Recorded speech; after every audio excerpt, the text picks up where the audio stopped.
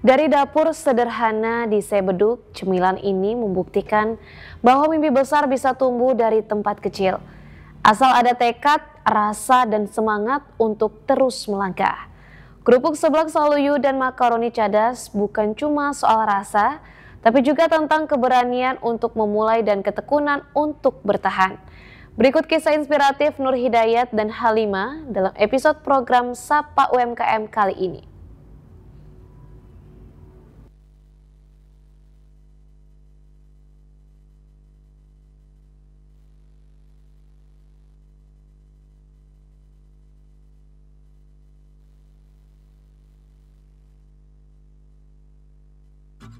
Halo pemirsa, senang sekali saya Rizky Ramadhani bisa hadir kembali menyapa Anda dalam program Sapa UMKM.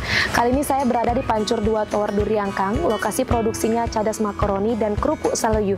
Anda penasaran? Yuk ikuti keseruan saya hanya di Sapa UMKM, UMKM Kepri, tangguh, kreatif, sukses bersama. Siapa yang gak suka ngemil, apalagi kalau cemilannya pedas, gurih, dan bikin nagih. Nah, di Batam ada loh cemilan lokal yang lagi naik daun, kerupuk seblak saluyu dan makaroni cadas. Dibuat langsung oleh pasangan suami istri di Pancur Tower 2 Sebeduk. Cemilan ini gak cuma soal rasa, tapi juga perjuangan panjang untuk bisa bertahan dan dikenal banyak orang. Setiap pagi rumah sederhana mereka berubah menjadi pusat produksi. Aktivitas dimulai sejak pukul 8 pagi. Nur Hidayat bersama sang istri memastikan setiap kerupuk dan makaroni yang diproduksi memiliki rasa khas, pedas dan gurih sesuai lidah masyarakat Kota Batam. Usaha kecil ini mereka jalankan dengan penuh kebersamaan. Halimah, sang istri, mengambil peran penting menjaga kualitas, rasa, dan jumlah produksi. Ya, saya bertugas di sini, Mbak. Sekalian memastikan produksi, kemudian saya juga ikut bantu untuk membumbui, lalu memastikan jumlah produksi untuk besok, dan juga memastikan kualitasnya tetap terjaga.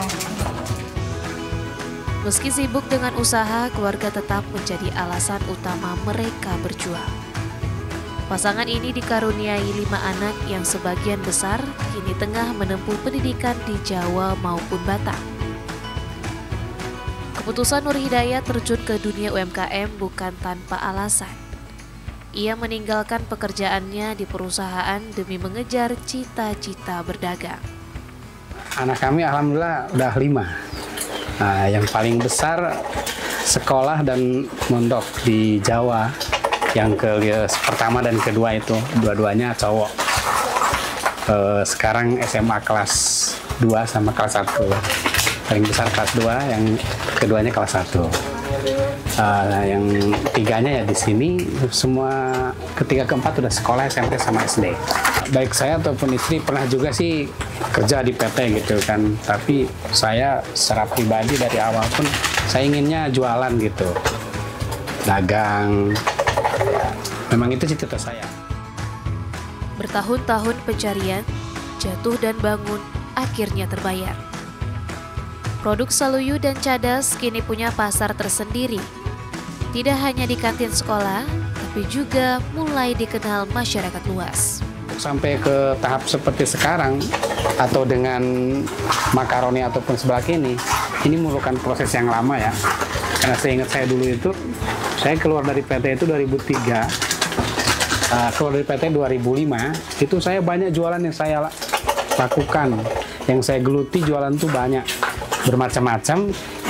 Itu lama sekali, 25 itu 2017 baru saya menemukan ini. Sampai sekarang gitu. Resep yang mereka gunakan bukan warisan turun-temurun, melainkan hasil eksperimen berulang-ulang. Hasilnya, cemilan pedas gurih yang disukai berbagai kalangan. Otodidak, Mbak, dengan percobaan yang berulang-ulang, ya dicarilah sampai ketemu yang sesuai dengan lidah masyarakat kita. Harga yang terjangkau menjadi salah satu keunggulan produk ini. Dengan modal 1.600 per bungkus untuk kantin sekolah, jajanan ini dijual Rp2.000 oleh pedagang kepada siswa. Dalam seminggu, distribusi ke satu kantin bisa mencapai ratusan bungkus. Namun perjalanan UMKM ini tentu tidak selalu mulus. Hambatan datang terutama ketika kebijakan sekolah tidak mengizinkan produk dari luar masuk, sementara jajanan pabrikan justru diperbolehkan. Kami kan memang ke kantin-kantin sekolah ya fokusnya.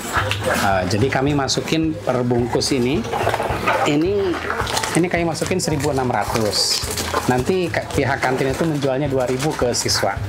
Nah, gitu. Rata-rata 100 lah per satu kantin itu untuk satu minggu. Itu rata-rata maksudnya paling minimal. Maksimalnya ada yang sampai 300 gitu. 300 piece, 300 bungkus dalam satu minggu. Perjuangan Nur Hidayat dan istrinya ternyata mendapat perhatian dari DPRD Kepulauan Riau.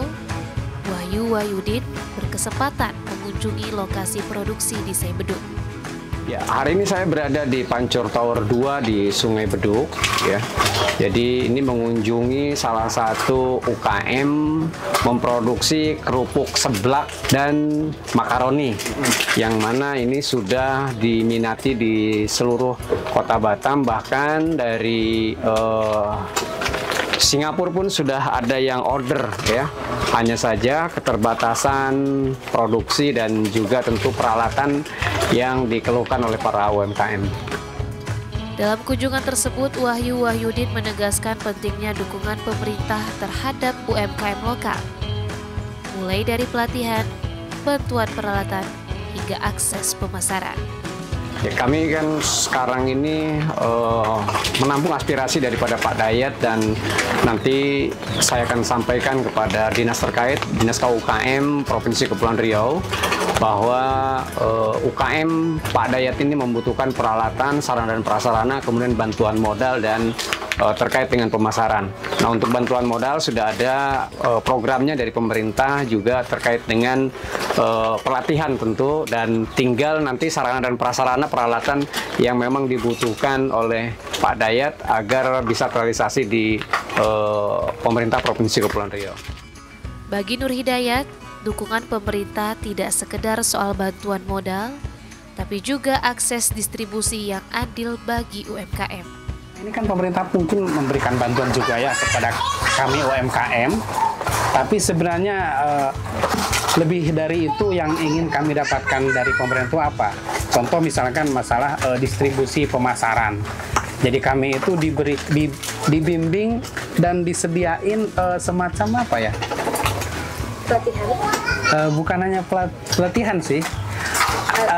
Semisal kami itu diberikan apa ya, kemudahan untuk mendistribusikan ke tempat ini, ke tempat itu.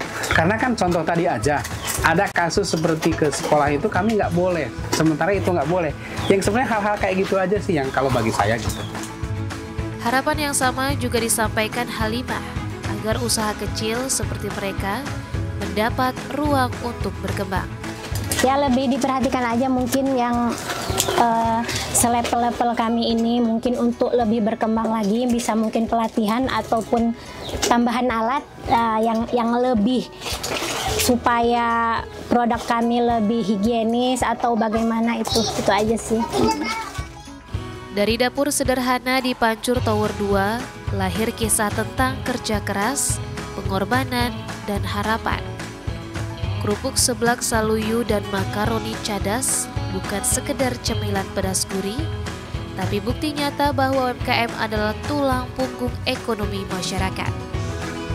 Dengan dukungan yang tepat, usaha kecil seperti ini bukan hanya mampu bertahan, tetapi juga bisa tumbuh, menciptakan lapangan kerja, dan mengangkat nama Batam hingga ke mancanegara. Nah pemirsa, cukup sekian untuk episode kali ini. Sampai jumpa di episode Sapa UMKM selanjutnya. UMKM Kepri, tangguh, kreatif, sukses bersama. Hati-hati Pak, nanti ngantarnya ya Pak. Terima kasih ya Mbak ya. Iya.